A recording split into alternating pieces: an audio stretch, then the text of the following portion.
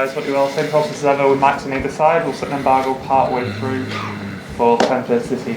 Take a show of hands, please. Start with Anton. Hi, happy birthday. Thank you. First off, look, we had camera a bit of training yesterday and we didn't see Kevin De Bruyne. We're just wondering how he is and how important he is. I have a personal issue. Could not train, but today he's back. He's back today and he's available for selection and he's absolutely fine. Yeah. How important is it that you sort of monitor everybody's fitness with all these games sort of coming so thick and fast at the moment? Now we're going to train this afternoon. We're going to see the way you have to play and which whom is going to play. Well, that leads me on to John Stones and Ruben Diaz, who have been training. How close are they to return?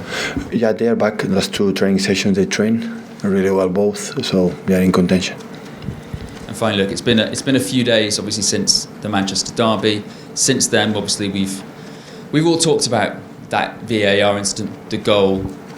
Have you had time to think about it? Is it still frustrating, the reasons that have been given? It's over, it's past.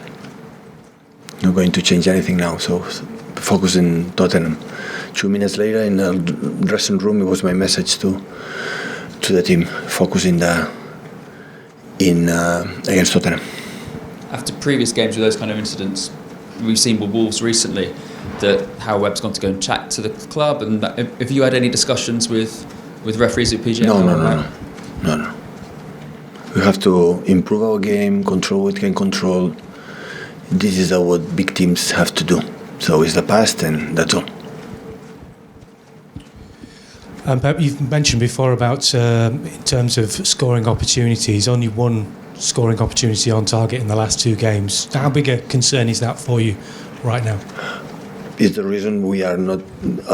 sometimes our fluidity to play have not been as good as usual, and that's why to create chances you have to play good, to make a good build-up, put the ball inside to open... spread the defensive lines and we struggle in the last 2 games. Is it a mentality thing at all, do you feel? Not in the slightest? When we play good, always I think it's because there is a tactical reasons, and when we play good it's because there is a tactical reasons, and I have the duty to find the solution on that. And this is what I have to do. About mentality, this type of group of players, not at all. Pep, in terms of pressure, what is the difference of playing 8 points ahead or 8 points behind? It's better. You can drop points, still you are there, and when points behind, you cannot drop points. So you'd say more pressure being behind than being the one to be hunted? Pressure is next game. So we are not able right now to think about it and big expectations, a part of win the next game.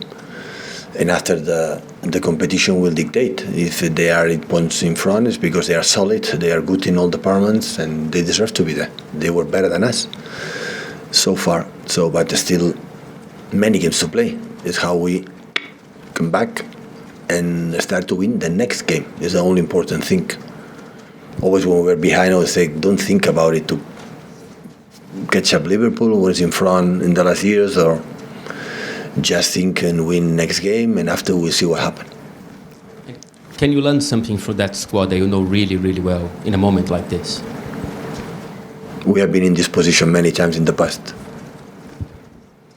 Many times. Not the first time we are there. On that point then, Pep, does that make you and the team pretty relaxed at the minute? Relaxed? Yeah. I've never been relaxed, even when I 8 points in front.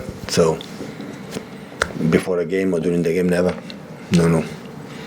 And just when you were talking about the fluidity of the team, is it a case of you're still trying to learn how best to play with Erling Haaland, or likewise him learn best how to play within the City squad?